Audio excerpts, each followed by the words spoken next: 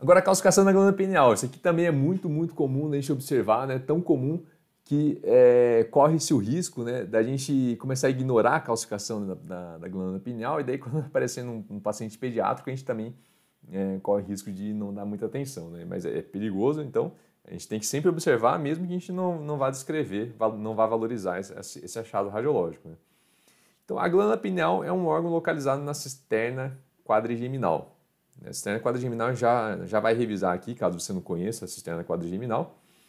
E a principal função atribuída à glândula pineal é a produção de melatonina, que está relacionada ao ciclo circadiano, né? O ciclo circadiano é o ciclo em que a gente dorme de dia e dorme de dia, fica acordado de dia e dorme à noite, né? Então, durante o dia, teoricamente, né, não para nós radiologistas, mas teoricamente você recebe bastante estímulo luminoso, e esse estímulo luminoso ele inibe o ciclo inibe a produção de melatonina pela glândula pineal, a liberação de melatonina, né? E à noite, quando escurece, a gente começa a liberar mais, produzir mais melatonina, né? E esse ciclo aí de produção e liberação de melatonina é que controla esse nosso ciclo chamado ciclo circadiano, né? É por isso que existe a recomendação, né, para quando chega à noite já tentar usar o mínimo possível tela de computador, de celular e tal, porque o estímulo luminoso dessa tela pode enganar nosso cérebro, né? Ele pode entender que tá chegando luz ali, tá de dia ainda, né? Então você acaba não relaxando o organismo por falta de melatonina. Tem gente que usa óculos com coloração âmbar também, né, para dar uma filtrada no estímulo luminoso e, portanto, na inibição da produção de melatonina. E, enfim, é para isso que serve, né? E a calcificação na glândula pineal, ela tem uma coisa interessante, né? Quando você vai pesquisando os artigos, né, dos artigos mais antigos para os artigos mais recentes, pode dar uma impressão de que a incidência da calcificação na glândula pineal em pacientes mais jovens aumentou com o passar do tempo, né? Você pega um artigo de 80, por exemplo, a incidência vai ser menor do que um artigo mais recente. Uma explicação seria que realmente aumentou a calcificação na pineal em pacientes mais jovens, mas uma explicação que eu considero mais plausível e faz mais sentido é que a tecnologia da tomografia evoluiu. A gente consegue fazer imagens com melhor qualidade, com cortes mais finos e melhor qualidade, e com isso a gente consegue identificar uma quantidade maior de calcificações na glândula pineal do que se conseguia observar lá na década de 70, 80, certo? De tal forma que, assim, como eu vou falar agora, assim, é comum, a gente pode ver calcificações na pineal também em pacientes pediátricos, e daí, só que nessa faixa que começa a ter a grande preocupação, né? Pode ser frequente essa dúvida, né? Pô, a partir de que idade? Eu estou vendo essa calcificação no paciente de 10 anos, será que isso aqui é normal? Será que não é? Então, existem alguns dados na literatura. Quais são esses dados disponíveis, né? Se o paciente... tem alguns artigos que dão essa recomendação aqui. Se o paciente tiver uma calcificação acima de 1 centímetro, ou se essa calcificação estiver presente na pineal em um paciente com menos de 9 anos de idade, você deve pensar em neoplasia. Eu acho essa recomendação aqui um pouco pesada, um pouco forte, sabe? Não é tão raro assim a gente ver algumas calcificações em pacientes com menos de 9 anos de idade e o paciente não tem nada. Então, você necessariamente pensar em neoplasia no paciente nesse contexto clínico, nesse grupo, eu acho um pouco agressivo, né? Prova disso é que existem estudos histopatológicos, né, que conseguiram identificar microcalcificações mesmo em pacientes, né, no feto, né? Então, o feto que não nasceu por algum motivo, eles foram lá, fizeram um estudo histopatológico e identificaram microcalcificações nesses pacientes, né? Agora, o que existe de recomendação? O que seria acho que uma coisa assim, uma boa recomendação, né? Se o paciente tiver menos de 7 anos, e tem algumas referências que utilizam 5 anos, talvez 5 anos seja um valor de corte aí em que você aumenta a especificidade, talvez diminua um pouco a sensibilidade, mas, enfim, menor de 7, 5 anos ou com calcificações excessivas merecem maior atenção, né? Então, se o paciente tiver menos de 7 ou 5 anos, ou com uma calcificação muito grosseira, muito evidente na tomografia, daí ele merece maior atenção. Não que ele necessariamente vai representar, que você tem que pensar numa neoplasia, mas que vai merecer uma maior atenção, talvez um acompanhamento mais regular, né? Não simplesmente dar alta, falar que não, isso aí não tem significado clínico, pode seguir sua vida normalmente, né? Talvez falar, ó, vamos fazer um acompanhamento, né? Daqui a 6 meses, daqui a um ano, vamos voltar a fazer um controle, ou caso surja algum sintoma novo, a gente volta a fazer uma avaliação, né? E qual que é o grande temor, né, de identificar uma calcificação num paciente pediátrico? O maior temor é que isso aí seja uma manifestação precoce de uma neoplasia, né? A maior preocupação é que você, ao ver uma calcificação na glândula pineal, é que ela seja uma manifestação precoce da neoplasia, né? Daqui a um tempo você faz um exame de controle e que ela explodiu, né? Virou uma baita de uma neoplasia de pineal. O que a gente pode utilizar a nosso favor para fazer um acompanhamento dessa calcificação? Tem uma característica que eu acho que vale a pena você entender, né, você conhecer, que o crescimento da glândula pineal ela ocorre até 2 anos de idade. Tá? Tem um estudo com participação do Barkovich, né, em que eles avaliaram o crescimento da pineal até 20 anos de idade, né, e viram que até 2 anos de idade é quando o período em que existe um aumento nas dimensões da pineal. Né? E aos 2 anos de idade, o máximo que eles encontraram de diâmetro foi de 8,5 milímetros, né, de comprimento e 138 milímetros cúbicos de volume. E por que é importante essa informação? Porque se você tiver uma calcificação no paciente, vamos supor com 2 anos de idade, né, e tem determinada dimensão a pineal, você não precisa fazer um controle sempre com tomografia, porque existe o problema da exposição à radiação, né? Fazer controle com tomografia em criança é uma coisa que a gente sempre tenta evitar, né, o máximo possível. Então, como a maior preocupação nesse tipo de situação é o surgimento de uma neoplasia, a gente pode fazer um controle com ressonância magnética, por exemplo, né, só para observar se a glândula não está crescendo ao longo do tempo. Né? E daí é possível fazer um controle do tamanho da glândula pineal sem contraste e sem radiação. Né? E a gente sabe daí que a partir de 2 anos de idade a glândula não vai crescer mais. Se vai continuar crescendo além dos 2 anos de idade, a gente merece daí uma atenção maior ainda. Né? Tem que tomar cuidado só com as medidas, né? Para quem não está acostumado a ver o exame, só receber laudos, que assim, variações de 1 milímetro, 2 milímetros é uma variação muito discreta e que é muito fácil ter uma variação até intra-observador, a mesma pessoa que está fazendo a avaliação do exame, né?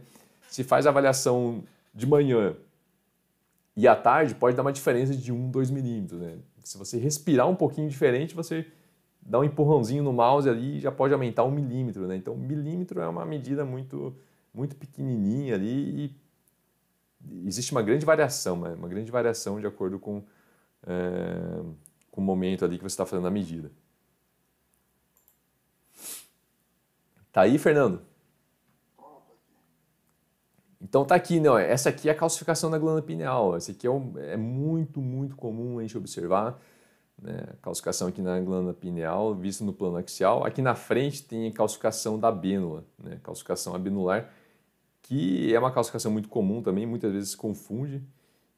E eu vou falar daqui a pouco sobre a calcificação da abênula. Vamos focar nessa calcificação mais posterior aqui, que é a calcificação da glândula pineal. No plano axial, para quem está começando, pode ser um pouco difícil identificar, né? Pô, onde que fica essa cisterna quadrigeminal, né? Então, a cisterna quadrigeminal é essa cisterna que fica posterior ao teto do mesencéfalo. Tá?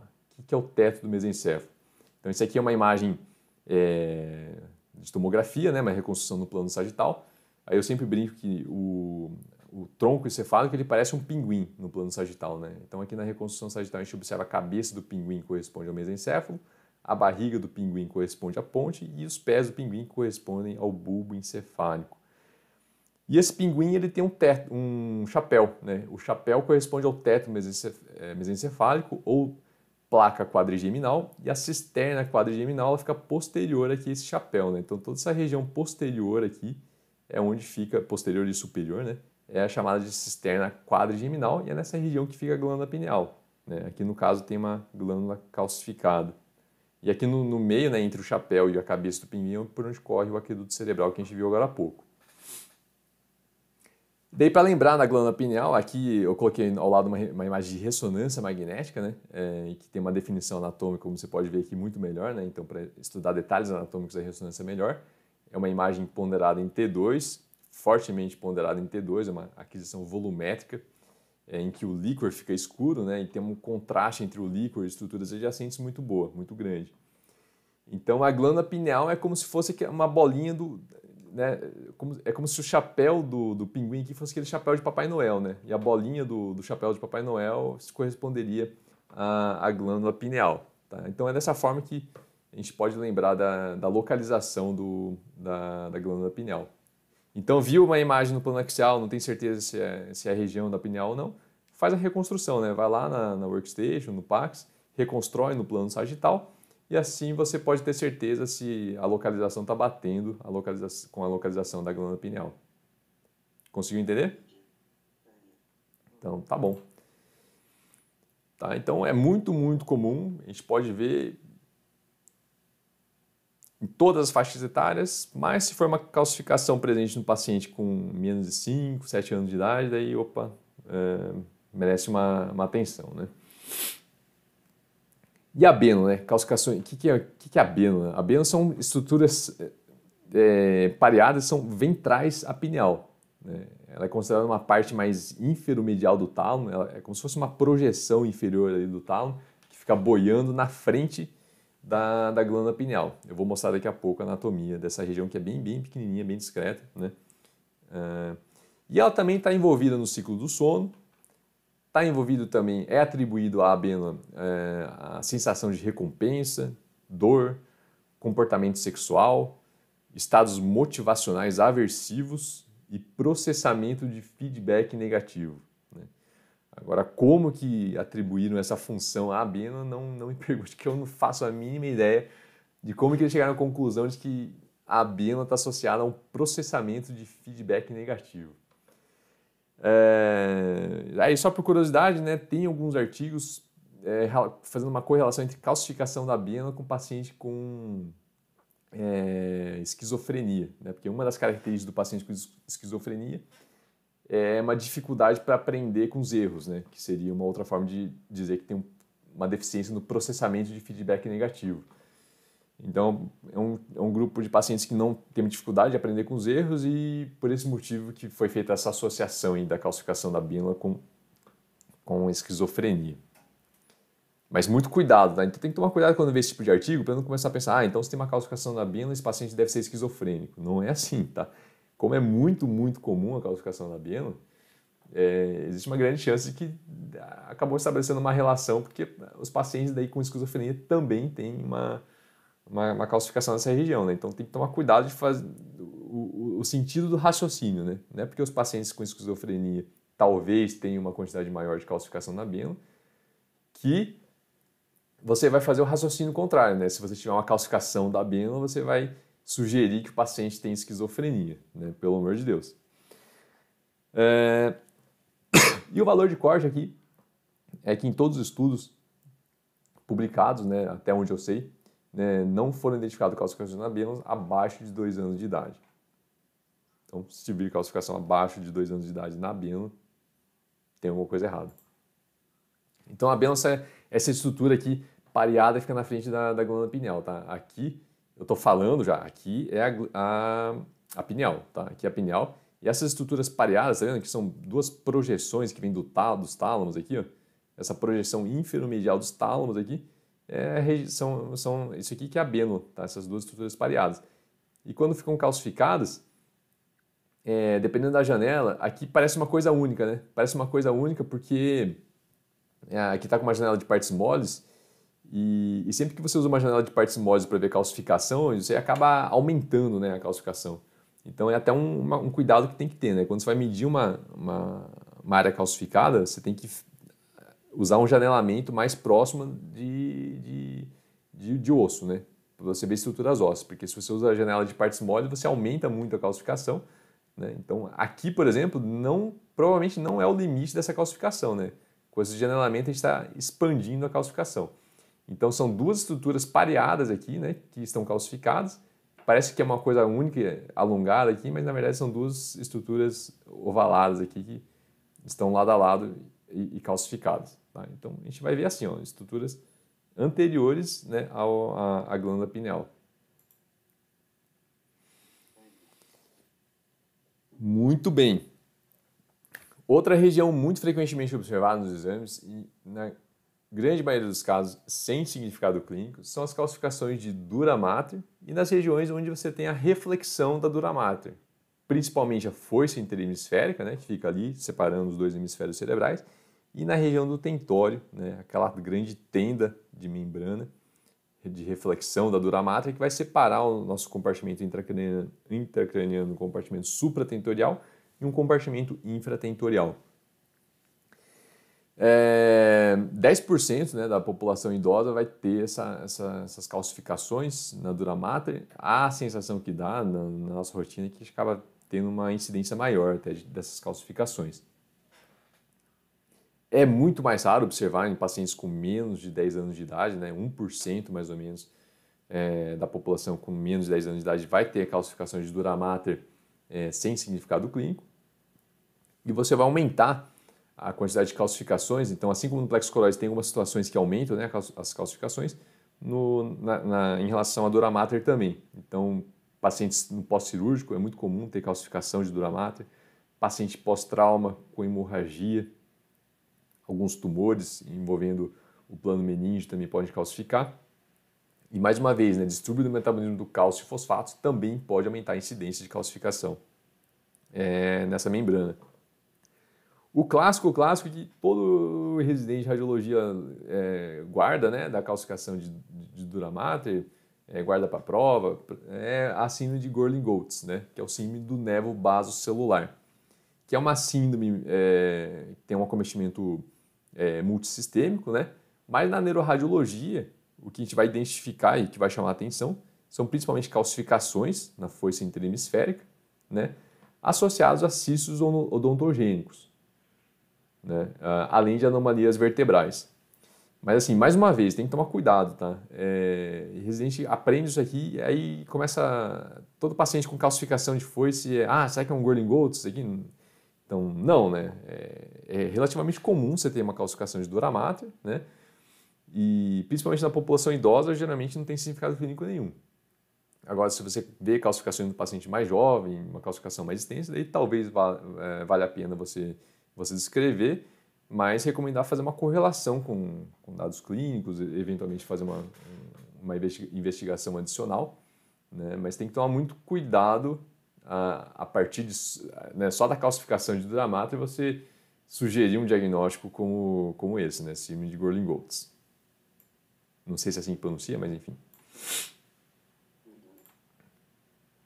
Então tá aqui, né, o paciente com uma síndrome de Gorlin-Goltz. Você tem calcificações aqui na foice interhemisférica, né, e um cisto odontogênico. Peguei o caso aqui do Radiopedia. Calcificação do globo pálido, né? Calcificação do globo pálido é muito comum também a gente observar, principalmente pacientes idosos. Agora, pacientes com menos de 40 anos de idade, se tiver calcificação do globo pálido, a gente já tem que começar a tomar cuidado, né? Abaixo de 40 anos já entra numa faixa etária ali que pode ser que aquilo lá seja patológico, né? A principal causa, mais uma vez, é distúrbio do metabolismo do cálcio, né? Então, tem que investigar, se você é um paciente adulto jovem, tem que investigar se ele não tem um distúrbio de paratireoide, né? E talvez o mais típico, o mais clássico, né? Que os residentes também gostam de lembrar é a doença e síndrome de Farr, né? Sempre que a gente lembra de Farr, a gente vai lembrar de um padrão de calcificação que eu vou mostrar daqui a pouco. E lembrar sempre que a gente pode, quando a gente fala de Farr, a gente tem que fazer uma diferenciação entre doença de Farr, né, que é uma doença primária, de causa genética ou idiopática, ou pode ser uma síndrome de Farr, né, que devido a um contexto clínico, um contexto clínico patológico, ele pode ter uma manifestação de imagem cerebral parecido com o paciente que tem a doença de Farr, que é a doença primária, né? Então, outras causas de calcificação também são intoxicações, Microangiopatia mineralizante, né, que ocorre no paciente que faz radioterapia ou quimioterapia. Ele pode ter calcificações intracranianas, inclusive nos globos pálidos. Mitocondropatias podem cursar com calcificação também no globo pálido. E síndrome de Cockayne também é uma síndrome classicamente atribuída à calcificação no globo pálido. Só uma observação aqui, síndrome de Cockayne é uma síndrome que tem um fenótipo muito, assim, não é um paciente normal, né? Então tem que tomar cuidado que às vezes a pessoa que estuda tabelas, né? Estuda tabelas para prova de título, daí começa a falar, não, tem calcificação de globo pálido, pode ser uma síndrome de Cockayne. Né? Não é assim, tem que tomar cuidado, porque é um paciente que tem um fenótipo, uma manifestação clínica muito, muito exuberante, né? Então você pegar um paciente de 35 anos de idade com calcificação de globo pálido e falar, pode ser uma síndrome de Cockayne, é meio doido, né? Então tá aqui a anatomia, né? Só para revisar. Aqui nessa região aqui, né, da substância cinzenta profunda, a gente tem esse núcleo aqui, que tem um formato de lente, que é chamado de núcleo lentiforme. E na tomografia fica meio difícil de diferenciar o que é putame, né, que aqui no esqueminha a gente vê em amarelo, que é uma região mais lateral, do globo pálido, que é uma região mais medial, né? Aqui, realmente, na tomografia é um pouco mais difícil de fazer a diferenciação, na ressonância é mais fácil. Mas aqui a gente vê um exemplo de foquinhos de calcificação, né, no globo pálido, que é essa região mais medial do núcleo lentiforme, que na grande maioria dos casos não tem significado clínico. Né? Mas lembrando, então, mais uma vez, se o paciente tiver menos de 40 anos de idade, daí a gente tem que ficar mais atento, mas ao mesmo tempo e com calma, né? E com calma que pode não ter significado clínico nenhum. E esse aqui é o padrão radiológico típico, né, característico da síndrome ou doença de Farr. A gente tem calcificações não só nos núcleos da base, incluindo o globo pálido, mas também tem extensas calcificações mais periféricas, né, sempre com padrão bilateral e simétrico. Né. Assim, enfatizando aqui em relação à calcificação, né, do globo pálido, a gente sempre tem que pensar na possibilidade de ser uma calcificação fisiológica, uma calcificação sem significado clínico, quando está diante de uma calcificação bilateral e simétrica. Né? Se a gente vir uma calcificação unilateral ou assimétrica, isso aí não...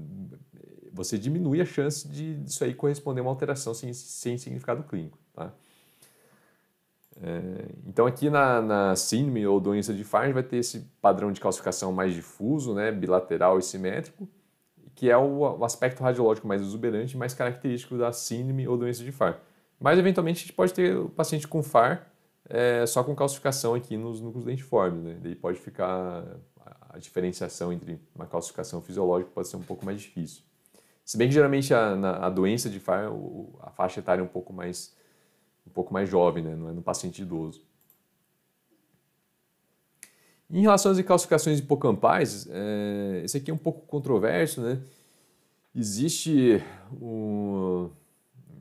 se você for procurar no Google, no PubMed, dependendo os estudos um pouco mais antigos, eles falam que tem significado clínico, né? E os estudos mais recentes, então vou adiantar aqui, né? Os estudos mais recentes fizeram uma avaliação e viram que não tem significado clínico, né? Então, calcificação hipocampal. Como o hipocampo está associado à memória, né? O paciente com Alzheimer tem atrofia de hipocampo, com outras síndromes demenciais também tem uma atrofia do hipocampo.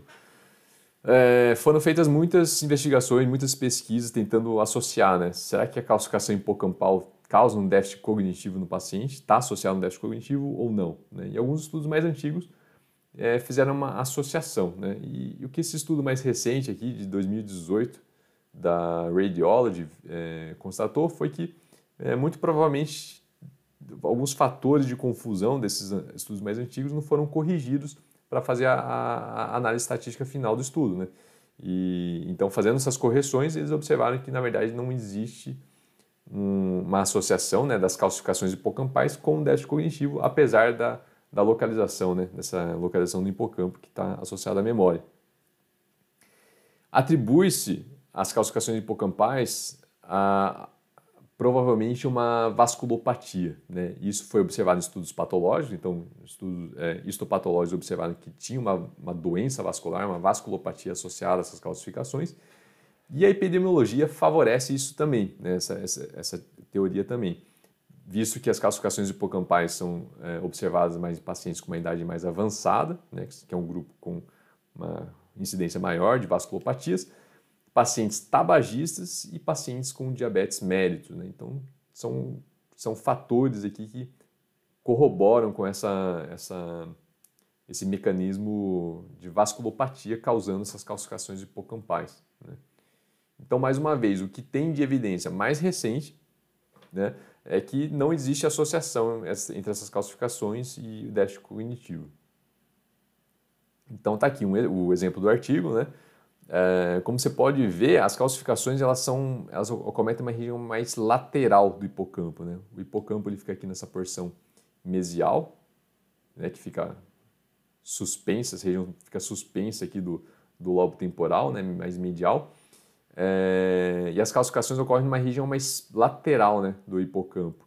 Portanto, tem que tomar cuidado, não que vai fazer muita diferença clínica, mas tem que tomar cuidado, às vezes, não confundir com calcificação do plexo coroide, né, que o plexo coroide ele pode estar calcificado aqui no